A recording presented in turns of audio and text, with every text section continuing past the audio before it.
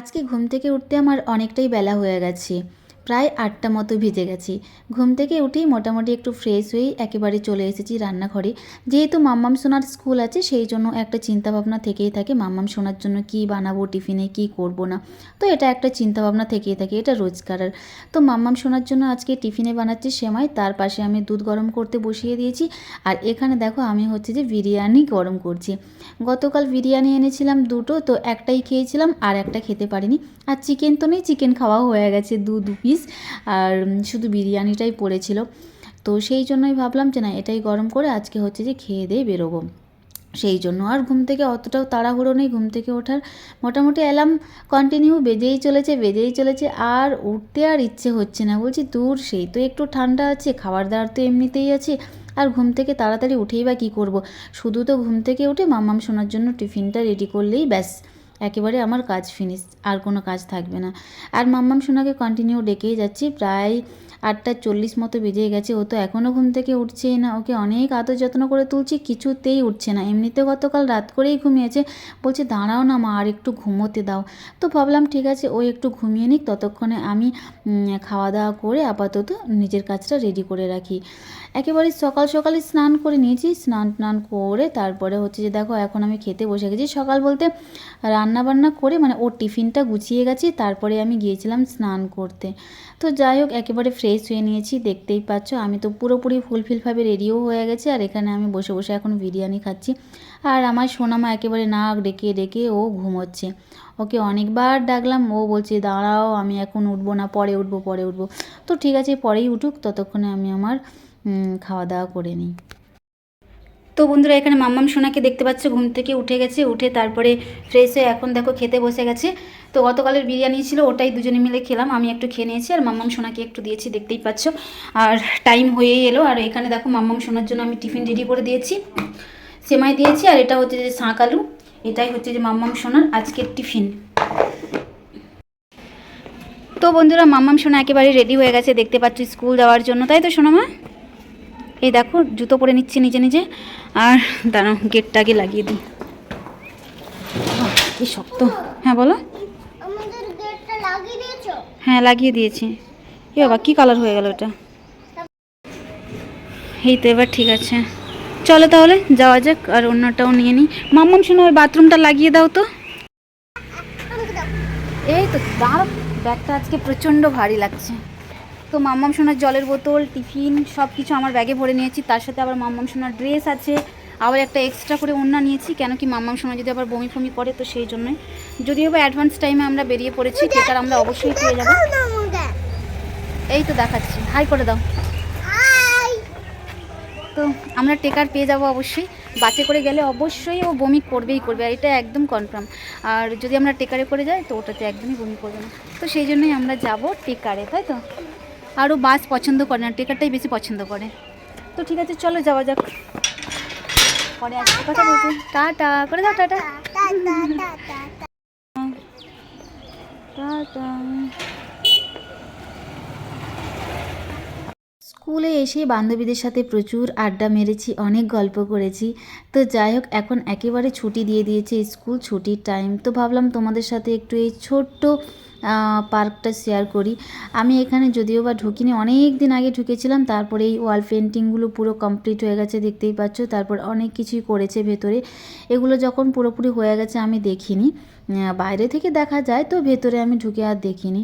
তো আজকে ভাবলাম যে না, তোমাদের সাথে একটু শেয়ার করব, আর আমিও একটু দেখে নেব ওয়াল পেন্টিংগুলো কতটাই সুন্দর লাগছে দেখতে, তাই না? তোমাদের কোন পেন্টিংগুলো সবথেকে বেশি ভালো লাগছে আমাকে একটু কমেন্ট করে জানিও।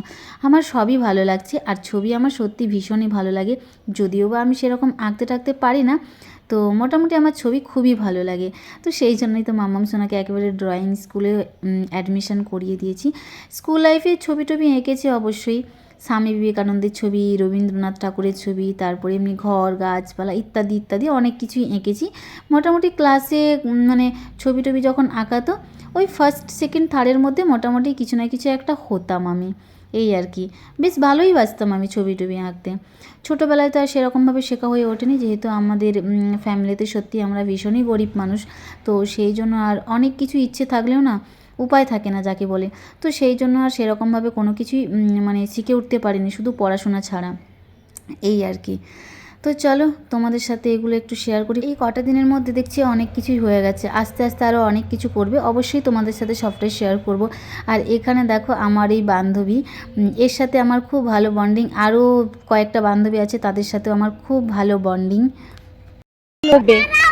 না বলেছি আমি, চলো জুতো পরো, জুতো পরো।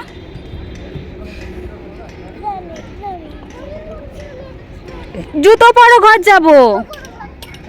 দেখো বদমাইশি করছে, চলো।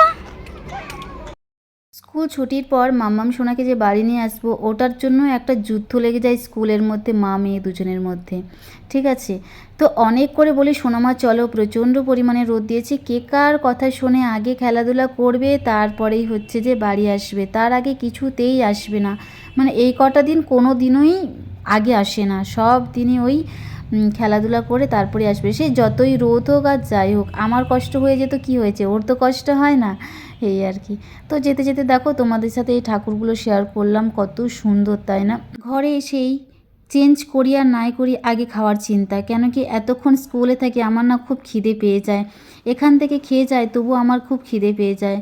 তো বাড়িতে এসেই ভাবি কি খাবো, কি ব্যাপার, এরকম একটা ব্যাপার স্যাপার লেগে যায়। তো যাই হোক, মাম্মাম সোনা তো আজকে শাক আলু খেতে পারেনি স্কুলে, কয়েকটা খেয়েছে আর কয়েকটা খায়নি, তো ওটাই আমি বসে বসে খাচ্ছি। আর মাম্মাম সোনাকে দিয়েছি দুধ, ও বসে বসে এখন দুধ খাচ্ছে। শাক আলুটা যেহেতু জলসা টাইপের, সেই জন্য ওর খুব একটা পছন্দ হয়নি। তো মাম্মাম সোনা বলছে মা আমি বেশি খাইনি, একটুই খেয়েছি, ভালো লাগছিল না। তো সেমাইটাও পুরোটাই খেয়েছে। আর এই দেখো সকালবেলা আমি হচ্ছে যে ছানা ভেজে রেখেছিলাম, তো ওটাই আমি এখন খাচ্ছি, খুব খিদেও পেয়ে গেছে আমার। তো রান্না বান্না তো এখন কিছুই নেই, এই টুকটাক কিছু খাওয়া দাওয়া করে তারপরেই হচ্ছে যে আমি রান্না বসাবো। তো বন্ধুরা, এখানে আমার ভাত তরকারি কমপ্লিট হয়ে গেছে, দেখতেই পাচ্ছি। এখানে চাটনি করেছি, আর করেছি এখানে বেগুন ভাজা, আর এখানে করেছি ভাত। তো ভাত তরকারিও হয়ে গেছে, আর আমার গ্যাসটাও শেষ হয়ে গেছে। মনটা এত খারাপ হয়ে গেল কি বলবো, এমনিতে আগামীকাল আমার বরের মৃত্যুবার্ষিকী আছে, তো ভেবেছিলাম কিছু খাবার দাবার বানাবো। তো প্রত্যেকবারেই হচ্ছে যে কিছু না কিছু বানিয়ে ওকে দিই, আর এবছরে সেরকমই মানে ভেবেছিলাম আজকে যাবো একটু কেনাকাটি করতে, আর হচ্ছে যে কিছু খাবার দাবার বানিয়ে হচ্ছে যে দেবো। আর তার মধ্যে দেখো গ্যাস শেষ হয়ে গেছে, সত্যি তো শেষ হওয়ারই কথা, কারণ 4 মাস হয়ে গেল আমার গ্যাসটা, তো ফুস করে আজকেই শেষ হতে হলো। আগামীকাল শেষ হলে হতো, রান্নাবান্না করার পর যদি শেষ হতো, কি করবো, মনটা এত খারাপ লাগছে। সঙ্গে সঙ্গে গ্যাসও যদি বলি সঙ্গে সঙ্গে দিয়ে যাবে না, সেই 2 দিন টাইম লাগবে। সেই জন্য কিন্তু সবাই বলে যে তুই এক্সট্রা আর একটা গ্যাস সিলিন্ডার নিয়ে রাখিস, তো আর নেওয়া হয়নি, এই একটা আছে। যাই হোক, পরবর্তীকালে আর একটা সিলিন্ডার আমাকে নিতেই হবে, না নিলে আবার অনেক সমস্যায় এরকম পড়তে হবে আমাকে।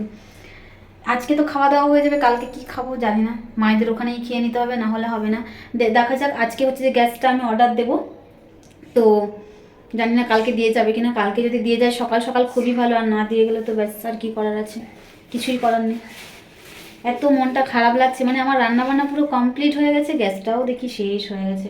বাইরে গিয়েছিলাম একটু, এসে দেখি গ্যাস শেষ, আর গ্যাস জ্বলছে না, কি আর করা যাবে, কিছু ভালোও লাগছে না। তো খাওয়া দাওয়া করতে হবে, খিদেও পেয়ে গেছে অবশ্যই।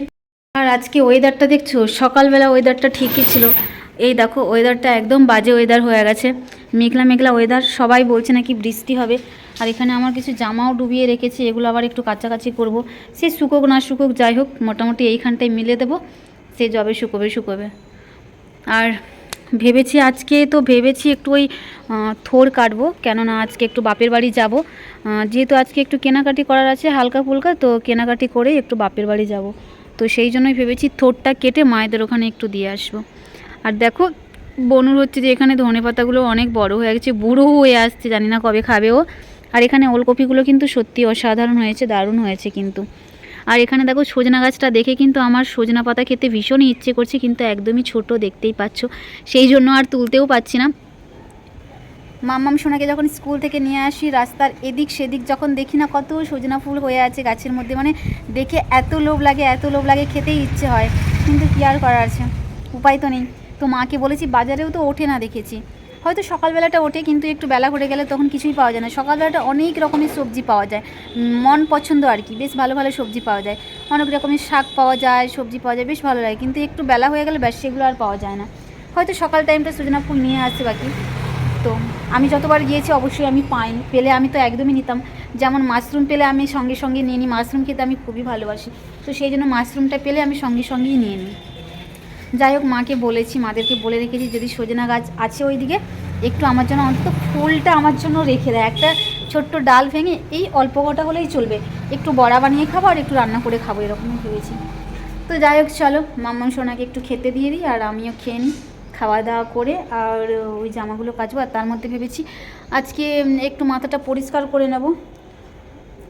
এই কটা দিন আমার শরীরটা ভালো ছিল না, তো মাথাটাও পরিষ্কার করা হয়নি, তো ভেবেছি আজকে একটু মাথাটা পরিষ্কার করে নেব, করেই মাথাটা শুকিয়ে তারপরে যাব বাপের বাড়ি। আর এখানে দেখো এই জামা কাপড়গুলো আছে, মানে একদম লাট হয়ে আছে, এগুলো একটু গুছিয়ে রেখে দেবো, সব নতুন জামা কাপড় ওগুলো মামা বাড়ি।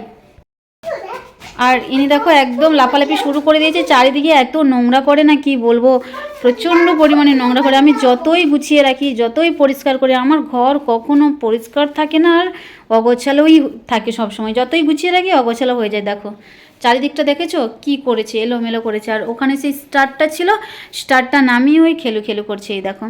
আর সেখানে একটা স্টার আছে, ওখানটায় লাগানো আছে, আর এই স্টারটার প্রতি সেই দিন থেকেই শুধু বলছে আমি নামাবো নামাবো, এই নামিয়ে খেলু খেলু করছে। আর এই কটা দিন আমার মায়ের কাছেও সন্ধে পড়েনি, আর বরকেও ধূপ দেওয়া হয়নি, শরীরটা ভালো ছিল না, তো বুঝতেই পারছো কি বলতে চাইছি, তো শরীরটা ভালো ছিল না। আচ্ছা, ওটা আমার পাপা, ঠিক আছে, পাপাই বলবো তো।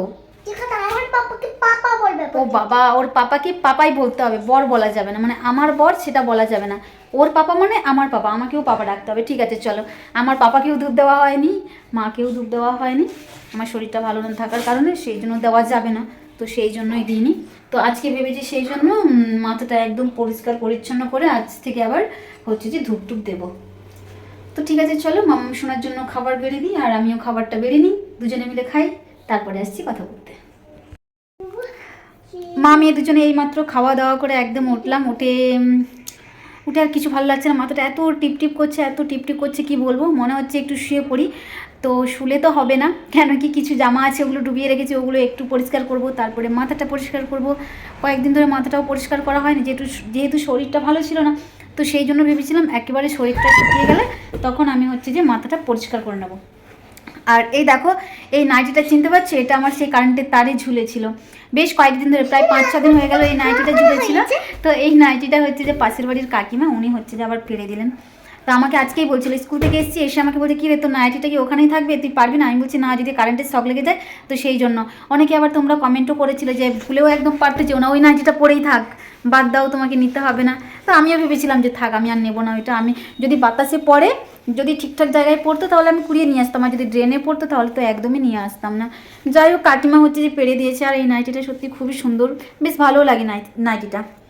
তো এমনি তো পরা যাবে না, কেচে কুচে ভালো করে মিলে দিয়ে তারপরে হচ্ছে যে পরবো।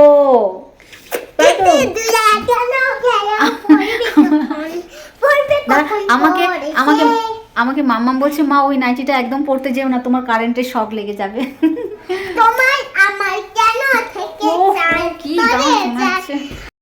চলো, তো চলো, এই কটা দিন তো মাম্মাম সোনার ছুটি দিয়েছে, তো স্কুলের পড়াও দিয়েছে, দেখা যাক কি পড়া দিয়েছে একটু দেখে নিই। অরিত্রী সরেন, প্র্যাকটিস। কোনটা আমার নাম জানো? বলবো কোনটা তোমার নাম বলো, দেখাও দেখিনি কোনটা তোমার নাম, দেখি। এইটা আমার নাম। ভুল ভাল বলছো, এই তো তোমার নাম অরিত্রী সরেন। এইটা আমার নাম। মা, আমার নাম বলবো? এইটা আমার নাম। ঠিক বলেছো, দেখি সরো।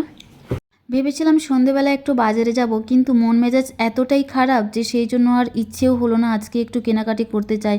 একেতে আগামীকাল হচ্ছে যে আমার বরের মৃত্যুবার্ষিকী, সেই নিয়ে প্রচণ্ড পরিমাণে মানে চিন্তা কষ্ট, কিছুই ভালো লাগছে না জানো তো।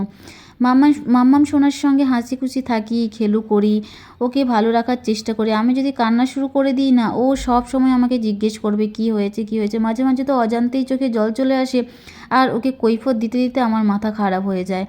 তো আজ আর ভালো লাগলো না, ভেবেছি কালকে একেবারে সকাল সকাল মার্কেটিং করে নিয়ে এসে তারপরে হচ্ছে যে পুজো টুজো করবো। তো মাম্মাম সোনারও এখানে দেখতেই পাচ্ছ খুব পায়ে ব্যথা, তো ওকে একটু মালিশ করে দিচ্ছি। একদম রাত হয়ে গেছে, ঘুমোবো। তো চলো, গুড নাইট।